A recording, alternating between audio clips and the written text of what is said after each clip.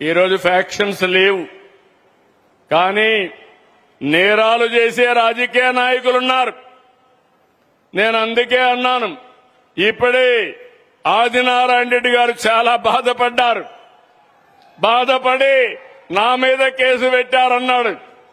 ఆదినారాయణ రెడ్డి గారు మీరు బాధపడక్కర్లేదు, నేనే ముఖ్యమంత్రి. అప్పుడు నేను ముఖ్యమంత్రిగా ఉంటే బాబాయిని గొడ్డలతో లేపేసి నెక్స్ట్ డే నారాసుర రక్త చరిత్రను నా చేతిలో కత్తిపెట్టి నన్ను దోషిగా చేసి రాజకీయ లబ్ధి పొందారు.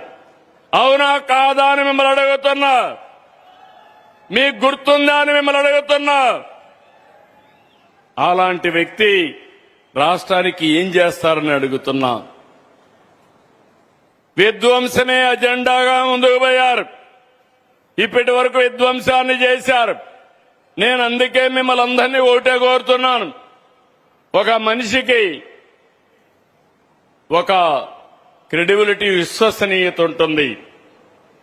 ఎన్నికల ముందు 14లో రాష్ట్రం విడిపోయింది. ఆ రోజు అందరం కూడా బాధపడ్డాం. మళ్లీ రాష్ట్రాన్ని అభివృద్ధి చేయాలంటే నేను అసెంబ్లీలో పెడితే అమరావతి రాజధానిగా ఒప్పుకున్నారు.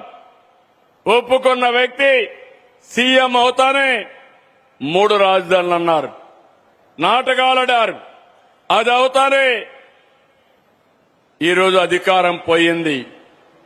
పోయిన తర్వాత గమ్మునుంటారంటే కేంద్రం చట్టం చేసిన తర్వాత మ్యావిగన్ అన్నారు, నిన్న విజయవాడ అన్నారు. రేపేమంటారో నాకు తెలియదు. మతి స్థిమితం లేని వ్యక్తులతో రాజకీయం చేయడం నా చరిత్రలో ఎప్పుడూ నేను చూడలేదు. నేను చేసేది విశ్వసనీయమైన రాజకీయం.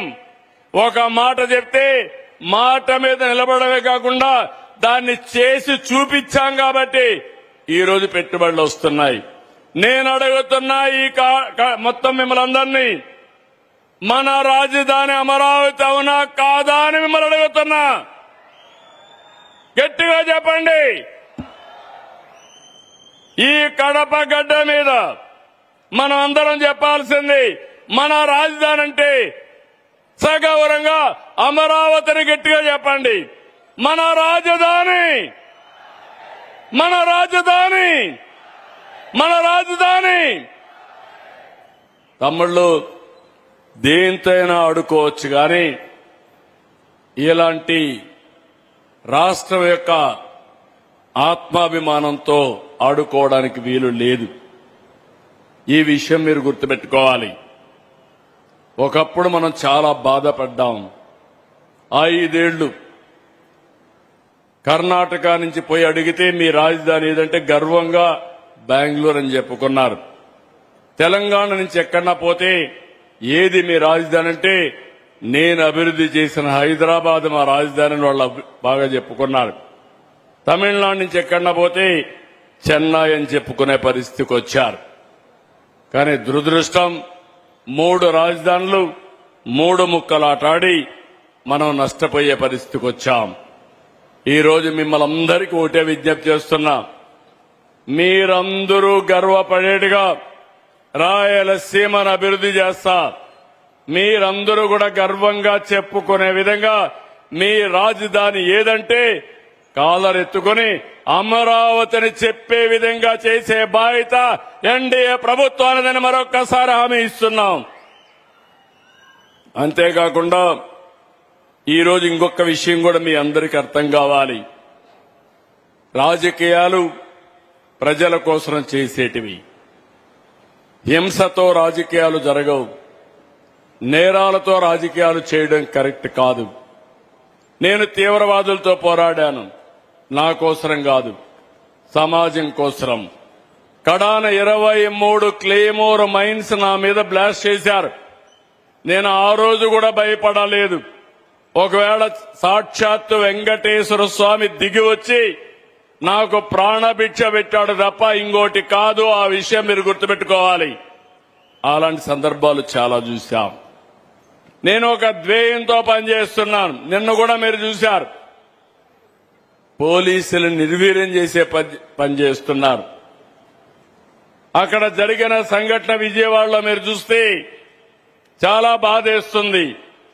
పోలీసులు ఎప్పుడు లా అండ్ ఆర్డర్ మెయింటైన్ చేస్తారు, మన ఆస్తులు కాపాడతారు, మన ప్రాణాలు కాపాడతారు. ఇంకో పక్కన ఎన్నో టెన్షన్లుంటాయి. తీవ్రవాదులు సంఘ విద్రోహ శక్తులపైన పోరాడతారు.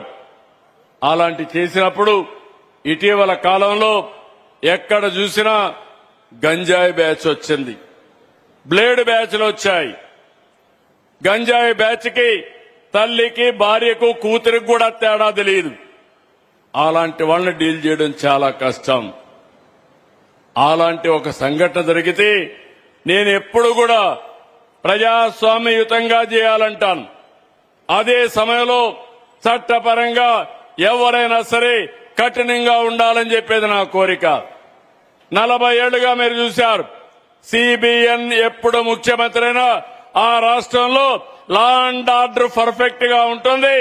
ఎవరైనా మా ఆడబిడ్డల జోలుకొస్తే అదే చివరి రోజు అనేది నా ఆదేశాన్ని మరొకసారి విజ్ఞప్తి చేస్తున్నాను.